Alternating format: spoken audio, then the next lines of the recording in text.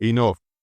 Enough of the imbalance that is causing the degradation of environment, the demise of democracies, and the denigration of ourselves.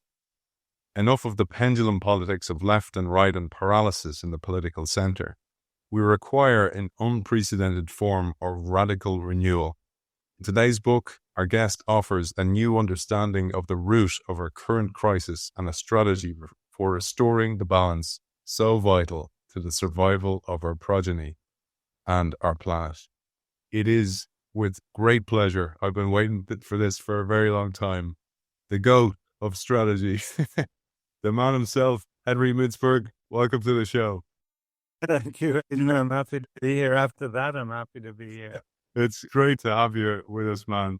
I tell you what, we have to note the day we're recording on, because talk about irony or serendipity, whatever you want to call it, but this is the day that Mr. Trump has been elected once again as president of America. And when people read this, and I'm going to link to it because Henry also kindly gives away a free copy, but I bought a copy to support it and signed Henry's declaration that's on the website that I'll link to as well, that you will just see the state of affairs that we're in today.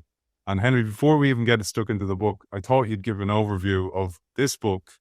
And what's so interesting is you're so well known for all the strategy work, and this is probably some of your most important work, but gets least of the limelight, which is why we wanted to focus on it and bring it to a new audience. Over to you.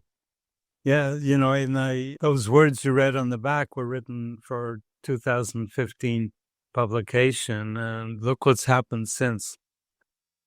As you say, if I write about strategy, I get attention. If I write about this, for obvious reasons, I'm not a political scientist. I don't write for the New York Times, although I have a collection of articles that I might publish one day called "If You Don't Hear From Us in 4 Days," because I've sent so many things to the New York Times with no. I got as close as getting to know the opinion editor who started to get interested in maybe doing something, and then he got kicked out because of a scandal in the department. So, I'm still waiting for its day. And maybe Trump will at least serve this book, if nothing else. We see an uplift, a radical uplift in sales. I thought we'd share, to understand what you're talking about in this book, about rebalancing, or I love the term you use, radical renewal, that we need to explain what you mean by imbalance. I think we all sense it, but maybe from you, from Henry Mintzberg, what the imbalance means at the moment to you. Yeah, the book is about the imbalance of societies, although now I'm starting to write about the imbalance of ourselves as a consequence of that, and also the imbalance of the globe. But let's start with society. When the Berlin Wall fell, pundits said capitalism had triumphed, and capitalism didn't triumph at all in 1989. Balance triumphed because the Eastern European countries were totally out of balance on the side of government. I see three sectors, not two. So public, private, and what I call plurals. The public sector was dominant in Eastern Europe.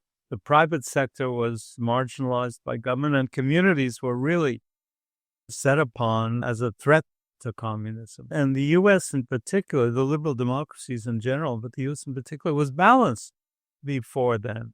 Before Thatcher and Reagan fixed what wasn't broken, those countries were fairly balanced. The three sectors were very strong, and the economies were doing great.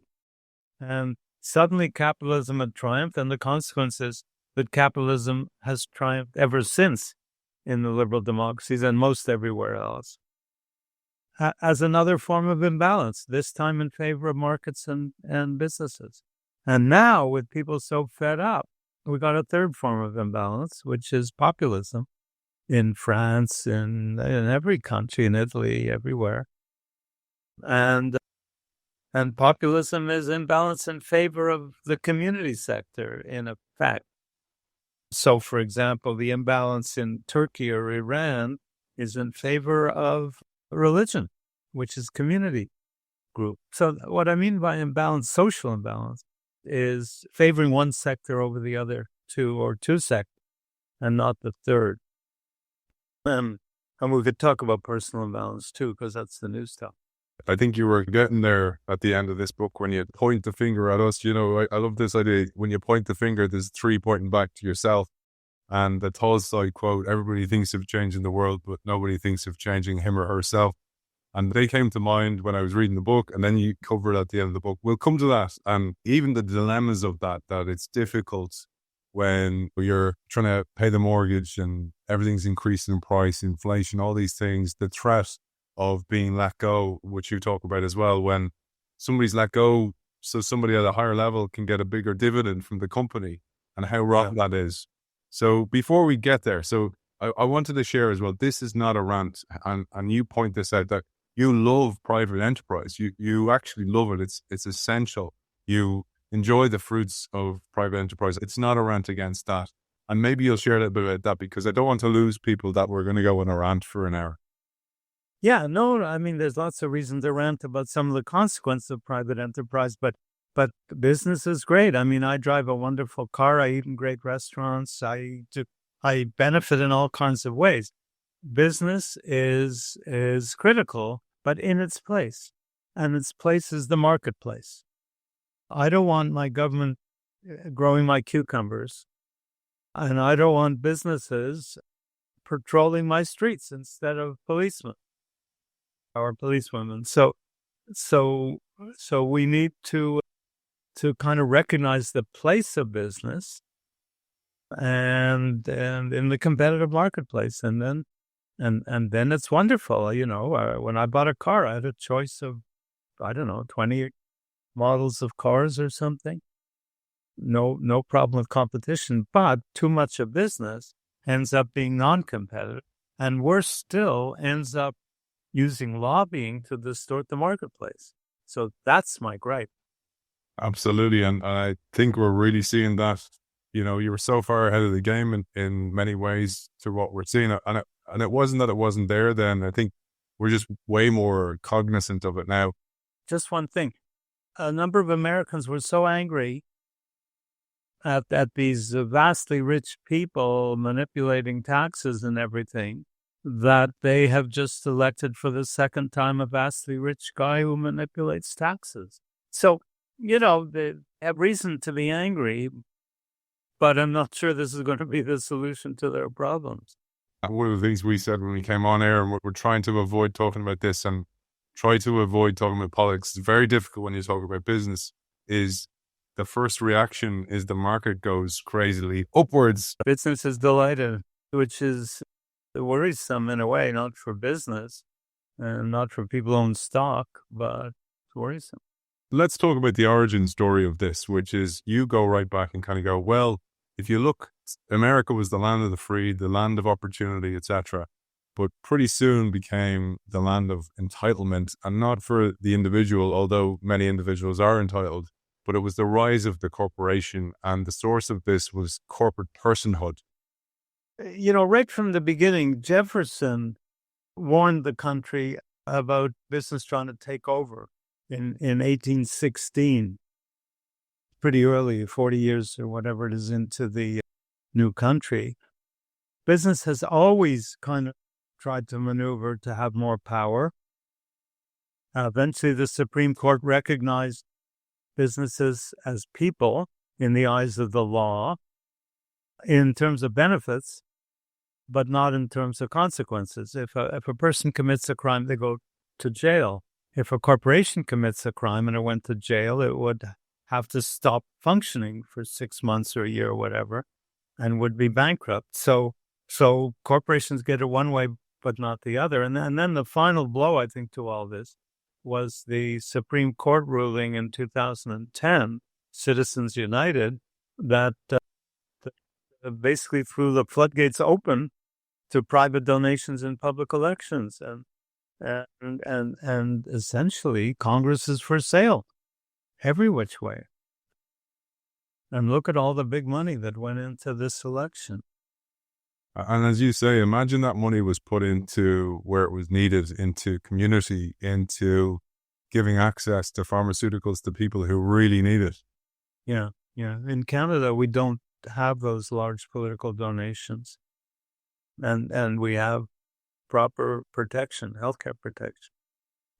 I loved what you said about Adam Smith and his invisible hand in America, and the marketplace in America has become what he called the visible flaw in American Congress. And you quote throughout the book the words, the prophetic words of Alexis de Tocqueville, who identified the genius of American society as self-interest rightly understood.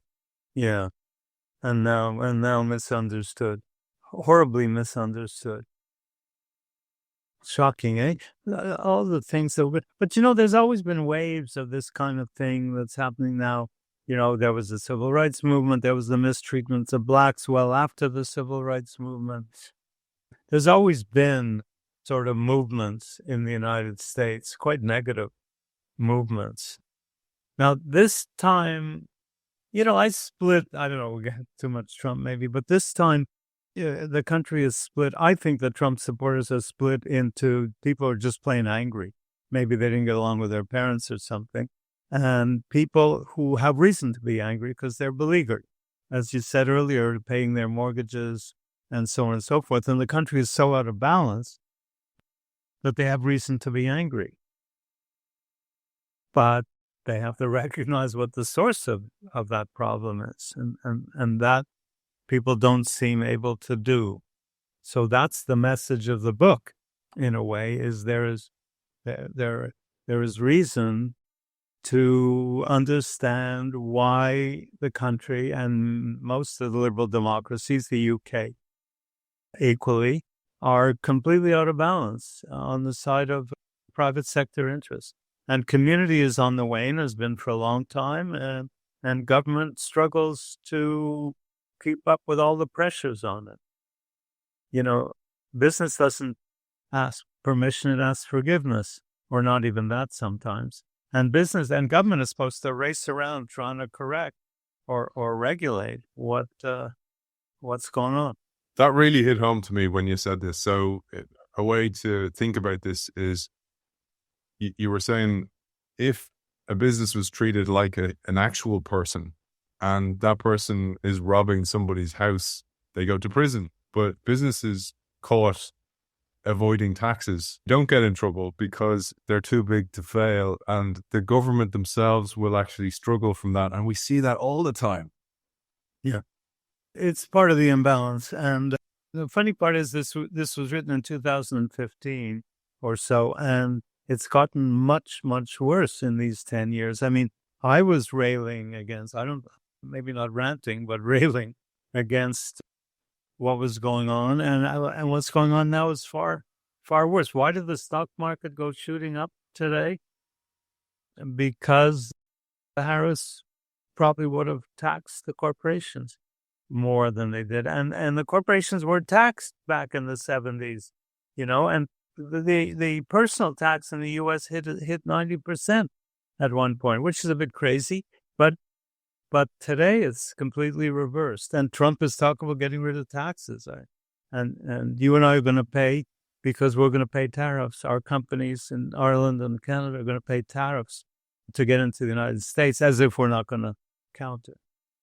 A lot of the audience are from the US and from Canada and Australia, but we've a lot in Europe, Ireland, across Europe as well. A lot actually in the EU countries, particularly listen to the show. And the reason I mentioned that, Henry, is I looked at loads of your talks, and you were on a junket talking about this. You traveled around the world, and you talked about once you were giving a talk and a Swede stood up and said, "Hey, you're always talking about the US. Surely countries like Sweden are more balanced." And you had a different view.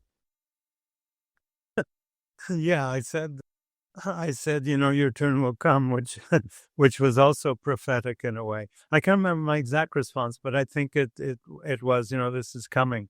And it's come to Sweden, actually. There is a populist movement in Sweden as a consequence. I see populist movements as a consequence of private sector excesses. Private sector goes kind of out of whack, and people get angry and elect plural sector people. There's a concept we always use on the show, and it came from James March and made then popular by Michael Tushman and Charles O'Reilly. And it's this concept of Janus, the image of the Roman god Janus, with a face to the future, face to the back. And the whole idea is this explore the future and exploit the present, which is decisions you made in the past. But in the book, I found it interesting that you said some enterprises explore, for example, to come up with innovative products. Others exploit, sometimes constructively, say, to bring us lower prices, but other times destructively by squeezing their workers, suppliers, and customers instead of building sustainable relationships with them.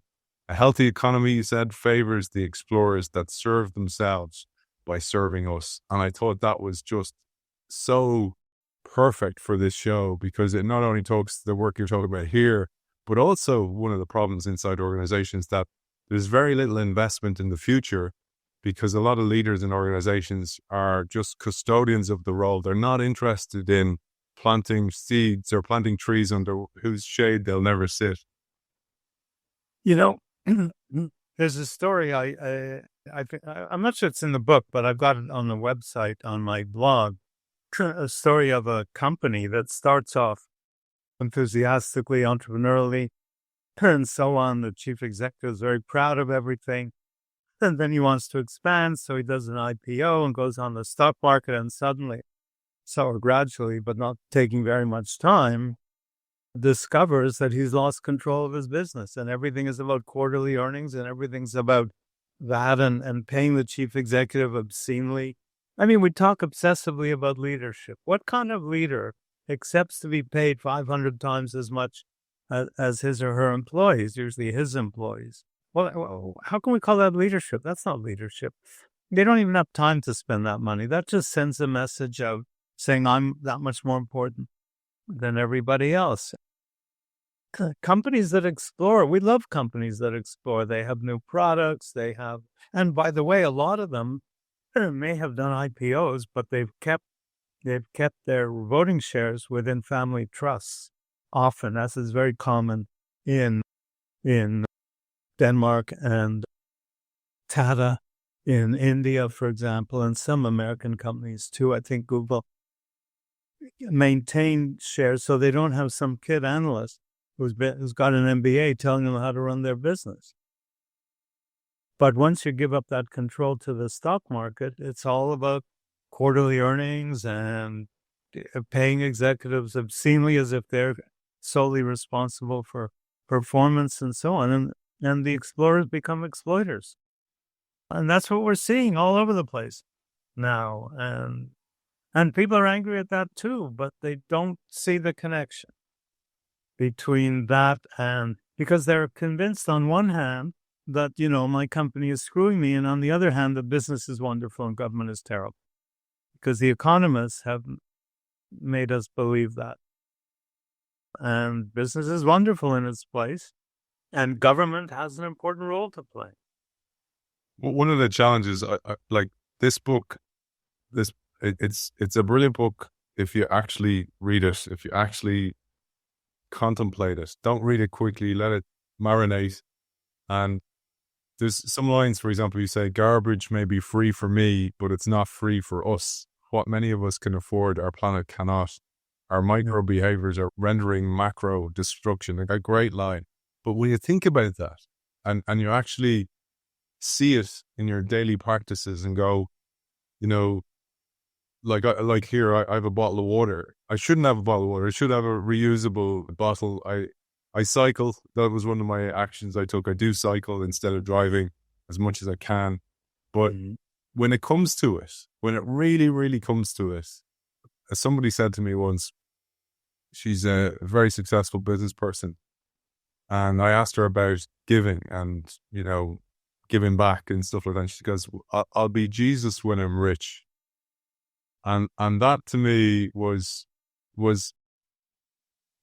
one of those lines that just stuck with me, that's often the way. It's like, it's a trophy to be really, really rich. And I get it. There's nothing wrong with wealth. By the way, I think wealth is great. I think it's really, really good. But it's just when it gets out of balance that's when we see this crazy behavior. I love this comment. I've never heard that. I'll be Jesus when I'm rich. Some rich people do become Jesus. I think Gates has genuinely tried to do good things. But look at during this election, generally, where the wealthy Americans were covering their rear ends, like Bezos in New York and the Washington Post, not letting them come out for Trump and so on. Covering their asses because they're afraid of what's going to happen. Well, that's not leadership, although there's a lot at stake. So what I say about recycling and things like that is we vote, and we all vote, or, what yesterday says 60, 70% of Americans vote, knowing that their one vote will not make a difference. Okay? No election is determined, or very rarely, by one single vote. So my vote doesn't count. If I don't appear, then nothing will change. But if everybody takes that attitude, you don't have democracy, and therefore we all, or most of us, vote as a responsibility. Well, recycling is the same thing. It's exactly the same as voting. If we don't act individually and we say, what the hell, I'll just throw this away and not worry about it, not worry about recycling it, then if we all do that and we're all doing it, we're finished. We've got three major threats: weather, weapons, and wealth. Wealth is a threat in the sense that even when we're well off, we don't become Jesus. We get greedier. Weapons are three superpowers. I did a blog called Superpower Corrupts and Antagonistic Superpowers Corrupt Absolutely. We live in a crazy, mad world in which three men in particular, have their fingers on the nuclear button, and any one of them could destroy us. Just if they go mad or make a mistake or whatever it is. This is lunacy. This is absolute lunacy. We're fine until it happens, but it could happen as we're talking. That's weapons. And weather, we see what's happening with weather. Not in my backyard, except it's now in your backyard. It's in most everybody's backyard. All I did was lose a tree. So, okay, a big tree didn't come down on the house. A big windstorm came down on the land. So no problem, we chopped it up. But we're all susceptible now.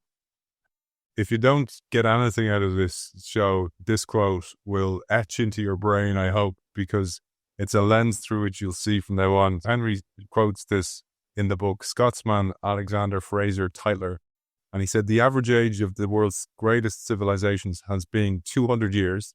Great nations rise and fall. The people go from bondage to spiritual truth, to great courage, from courage to liberty, from liberty to abundance, from abundance to selfishness, from selfishness to complacency, and from complacency to apathy, from apathy to dependence, from dependence back once again to bondage." And that line, when we don't show up for voting, when we don't do our part, if we don't be the change we want to see on an individual level, that's what your quote says to me.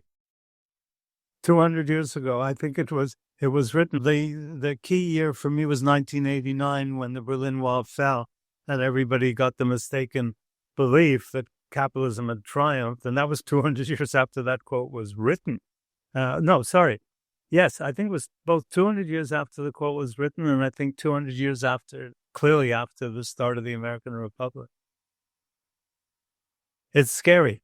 It's scary. And what's going to get us? Is that going to get us? Is weather going to get us? So my message is we need to be aware of imbalance. And I don't know if you want to get into this necessarily, Aidan, but imbalance of ourselves.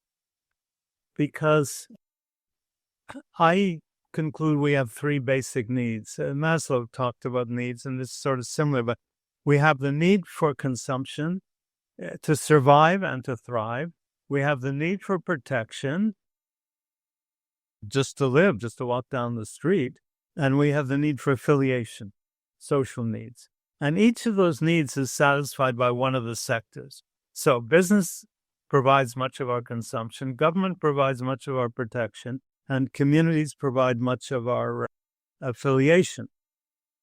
And those need to be balanced, but we're losing our affiliations because of the demise of community.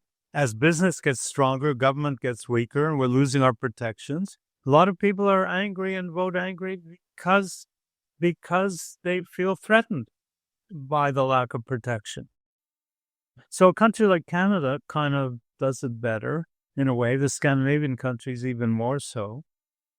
They provide protection.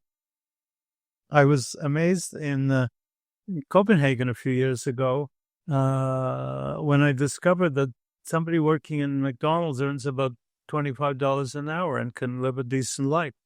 I did a quick calculation and concluded that a Big Mac in Manhattan costs $1 more than a Big Mac in Copenhagen. That's not much to pay for democracy. Well, and it's that stuff that as you said, the boiling frog, we're all in this water. We're all frogs in a way. Let's share a positive one. You say, when we say leadership and we say the word leader, people think of an individual, and that it's not an individual, it's us as well. We have agency, and we actually sit like boiling frogs a lot of the time. We wait. We think people have your best interest in heart. Even on an individual level in organizations, I always say to people, there's nobody sitting awake in HR at night going, I wonder, has Henry Mintzberg done enough education so he's okay in his next role or whatever? It's up to you. You have to take the bull by the horns. If there's one regret, Henry and I were chatting before we came on air for way too long. I used up so much of his time. But Henry used to write about rugby. That was in college back in the day, not knowing what it was. I used to play it not knowing what it was, but probably why I got all the concussions. But the reason I share that is one regret I have.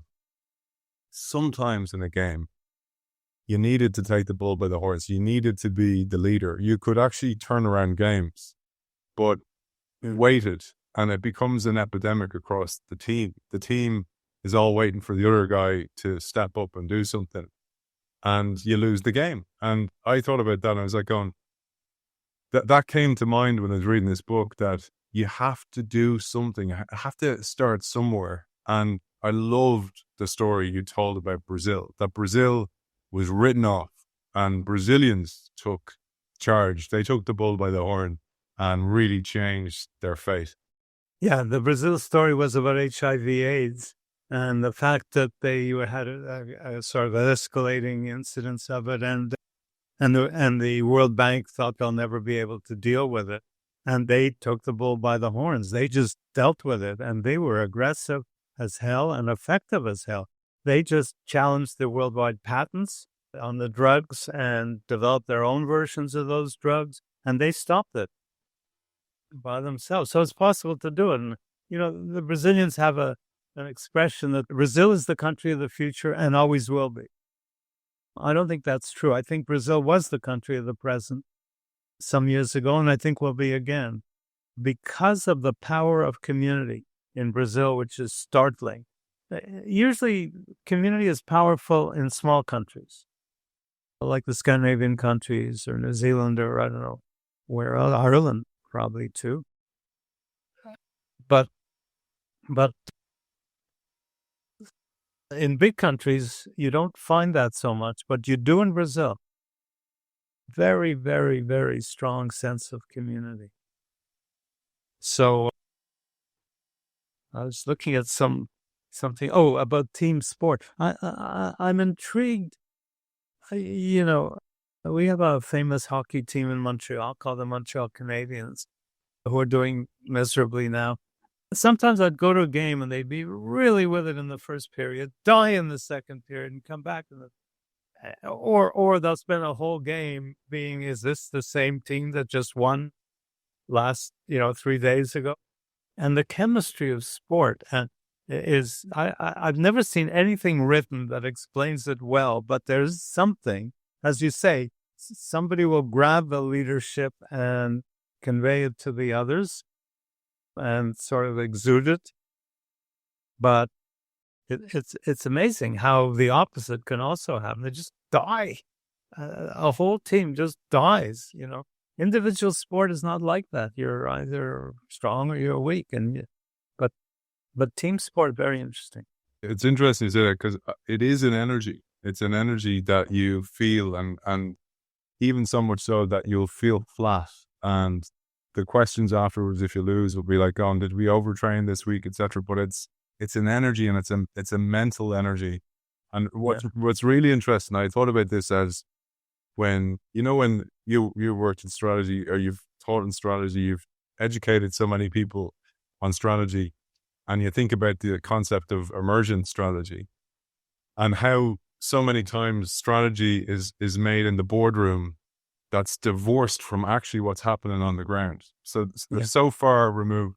But actually what happened, the reason I'm sharing this from a rugby perspective is England, the team England just lost to New Zealand. New Zealand are on this tour at the moment. And they lost in the last minute of the game. They had a kick, they could have won it. But they changed their key playmaker with about 15 minutes to go. Their out half is this key playmaker. And what was really interesting, one of the comments that a pundit made, who was also a key playmaker who plays in that position, he said, "You can't make that change as a coach because only the guy who's playing has an energy and he feels where he is in the game. And it needs to almost come from him to go, I don't have it today." And then you make the call. But they changed this guy because they wanted him to close the game, and they started defending and no longer attacking. And I thought that's absolutely encapsulates what happens in organizations. You have the consultant coming in, making a call from the sideline with no feel of what it's like on the playing field. It's a good way to put it, because the way I express the same thought is there are two kinds of experts. Okay, there are those who know better, and there are those who, by knowing better, do worse. Okay, so a surgeon is an expert who really does know better. I don't say cut a little lower, please. Okay, I kind of leave it to the surgeon to decide where he wants to cut or where she wants to cut. But in certain fields, like managers, architects, teachers, knowing better is worse, because then you don't play into the expertise of your clients. And my daughter just finished a PhD in social work about the role of family in psychiatric care. And she says, everybody's an expert. Everybody has a certain expertise. The guy who sweeps the floor in the factory has an expertise about where the dirt is coming from. And a family has an expertise about how to deal with a family member who needs psychiatric care. Everybody's an expert. And people who think they know better without being on the ground, in the field, playing the game, can do much worse. I love it, man. I love that. And that's the point, though. You have the sales team, the logistics, the suppliers. They actually they're like tentacles into the marketplace that are ignored by the higher echelons. There's a concept I think we have to share. We won't do a good job of this book without sharing this. So you say, if you fold down the ends of the political line into a circle, and this perspective can take us past two-sided pendulum politics to a three-sector society representing governments, businesses, and communities. This public, private, and plural sector concept is key to this book. And I'm going to share, with your permission, Henry, the diagram so people will see it on the screen. Those people watching us, is it okay to do that? Yeah, absolutely. I'll share that on the screen. So those people watching us on Spotify video and on YouTube, you'll see here, and I'd love you to talk us through this, Henry. Yeah, this is the key to the whole book, which is that we're stuck with linear politics, which means we swing back and forth between left and right, the way Britain did recently. And that usually leads to paralysis in the center, which I think is the case in Britain. Canada has politics of the center, more or less center-left, but Britain doesn't have a center anymore. It's either left or right. France, too, tends to be left or right. And if you only have two sectors, then you often end up that way with this paralysis. But if you recognize three sectors and you recognize community as the third sector, and I call it the plural sector because it's made up of so many different kinds of organizations. We use the term civil society, but we don't quite know what it means very often. I prefer plural sector because there are all these associations, so many, our clubs, our charities, our public universities, which are plural sector community, all our community activities are huge, huge non-government organizations and Greenpeace, and you can go on and on and on. It's a huge sector, and yet we don't recognize it. We don't recognize it's important. We know about government departments, we know about businesses, but we don't recognize communities. So I use the metaphor of a stool, like a bar stool, and you can't sit the bar stool on one leg, whether it's the public sector under communism or the private sector under capitalism or the plural sector under populism. And you can't balance a stool on two legs, say public and private, because you just swing back and forth and you're going to fall over. You need a third leg, and the third leg is community. And the way to achieve rebalancing is through community. If you look at the great social movements, like the Reformation in the 15th, 16th century and so on, they started on the ground. Martin Luther was a monk, an obscure monk who just posted something on an obscure church.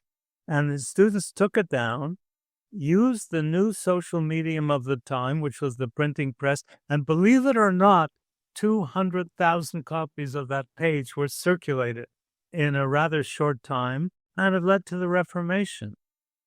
So it's a good example. Same thing in the American Civil Rights Movement. It starts on the ground. It starts with people like that. And if America and lots of other countries are going to come to their senses, it's got to start on the ground. It's got to start with people who recognize what's going on. And that's why I wrote the book.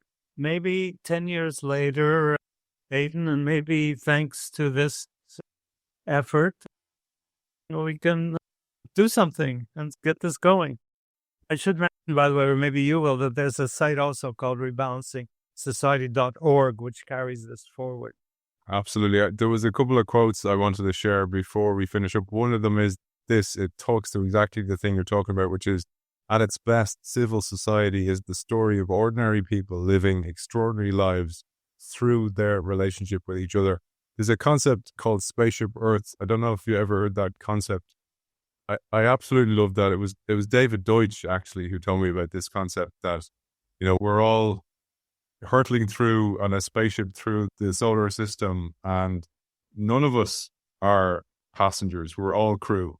And I actually think that concept really, really stuck with me. And one of the things I wanted to share was the declaration that you have. This really is a manifesto, I felt, this book, and not an annoying one where it's like kind of going, you're broken, you need to fix it. It brings you on a journey to realize and wake up and see lots of things. And you actually say, there is a little bit of waking up to do here. Maybe we'll finish with your call to action on this, Henry, what you want people to do. I have a quote that I'd love to share, maybe to spark your... Yeah, do that. Yeah. Okay. To spark your inspiration. I absolutely love this quote. So you said that capitalism was intended to serve us. Why are so many of us now serving it? Or, as Pope Francis said recently, money must serve and not rule. And then there was another one. Will so many of us continue to turn inward, allowing some form of domination to drag us down? Or will we break out of this downward spiral for the sake of a sustainable future? And then finally, I'd never heard about this novel, James Clavell's novel Shogun. A Japanese woman tells her British lover, confused by the strange world into which she had been shipwrecked. It's all so simple, Anjin-san, he said. Just change your concept of the world. And that idea of, Max Planck said it best, change what you see and what you see changes. I think that's what we need to do. And that's why I wore this pin, by the way. I try to wear a pin every week to represent the show. Henry, you won't be able to see this, but it just says, start today. So that's my message. Over to you to close today's show. Well, okay. If you can quote me, I can quote me too. So let me quote from the Declaration of Interdependence. This line is a play on the Declaration of Independence, which is all people are created dependent on each other, our earth, and its climate. And I think that's what we have to, that's the change in our mindset. That's the change in our perception of how we see our world. Thank you, Aidan. This is wonderful. I love this Beautiful. conversation. And this is the book, Rebalancing Society. The website's rebalancingsociety.org. I will link to that. And Henry kindly, along with his B Corp publisher, Bird Kohler, have kindly given away a PDF copy. I've already shared that to my audience on the Innovation Show Substack, but I'll do it again if you haven't read it. It's a brief read as well. There's only 5 chapters. It's written to be very accessible in a world that we're all busy, and it's a must read. We have to take action. Henry Mintzberg, an absolute honor. Thank you for joining us. Thank you, Aidan. It was a delight.